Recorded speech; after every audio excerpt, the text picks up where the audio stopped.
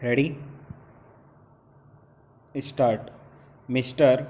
Vice Chairman, I rise to associate myself fully with the resolution and the concern which has been expressed from all the various sections of the House regarding the urgent necessity of developing rural industries. As time passes by, we are reaching a situation in our rural areas where something desperate needs to be done immediately if we want to preserve the social stability of the country and also to see that full use is made of the time and talent of the pupil in the rural areas which go waste today, as has been pointed out in the resolution. Sir, the Planning Commission and the Government of India have applied their minds to the various isolated aspects of rural industries, and some valuable reports have been published and some important recommendations have been made in these reports which need consideration, but unfortunately, there is no high level decision regarding the various issues which face the country as far as the problem of rural industrialization is concerned. We are not quite clear as to what, first of all, rural industries mean and what rural industrialization implies.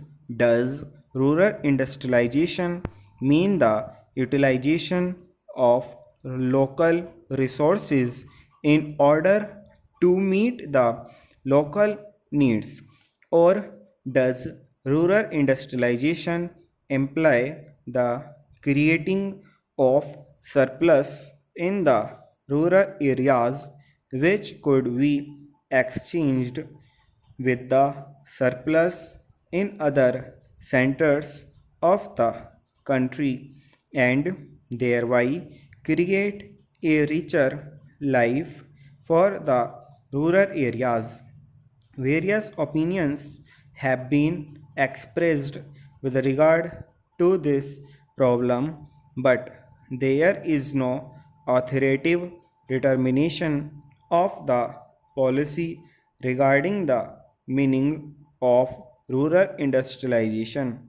It has been suggested that if such import of capital and skill from urban centers were to mean merely the multiplication of industrial centers in the rural areas, such an industrialization of the rural areas would nullify the advantages that are likely to accrue as a result of the rural industrialization.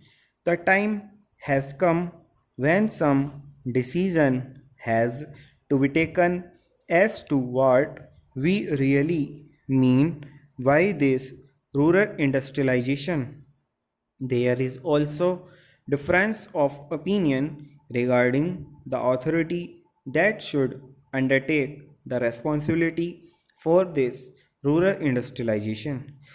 From the literature that has been published in this correction, it is quite obvious that two distinct and powerful schools have developed regarding this issue. One, on the one hand, there is pupil who believe that the task of rural industrialization should be entrusted to the village panchayats,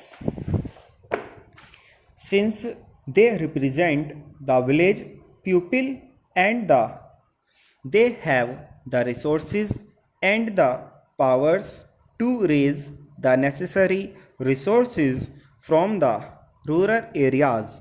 The panchayats, it is felt, are the competent authorities to deal with the problem of rural industrialization. Equally strongly, it has been argued by others that cooperatives are the right answer to the question as to which should be the authority that should deal with rural industrialization. I may also mention that there is a third school which believes that the import of private capital and private skill into the work of rural industrial development is the real answer to the problem which we face in the matter of rural industrialization. Here again, some authoritative determination of the policy has become necessary because, in the absence of such a policy, ad hoc decisions are taken which sometimes cancel each other, and therefore the rapid progress which we hope and wish for in rural industrialization becomes impossible. Then again, there is the further question of protection that may be necessary for rural industries. In view of the lack of the internal economy from which rural industries would suffer, whatever may be the answer to the first questions, Professor Malkani has already referred to this question and various suggestions have been put forward.